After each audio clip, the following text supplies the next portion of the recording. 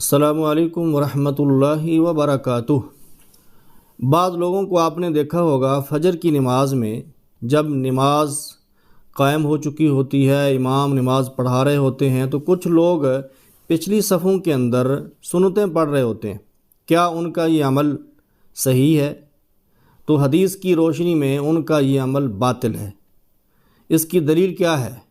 اس کی دلیل صحیح بخاری کتاب الاذان باب اذا اقیمت الصلاۃ فلا صلاۃ الا المکتوبہ، حدیث نمبر 663۔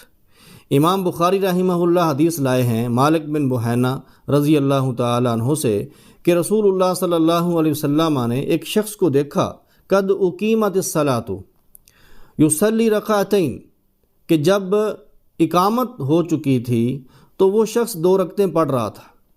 فلما انصرف رسول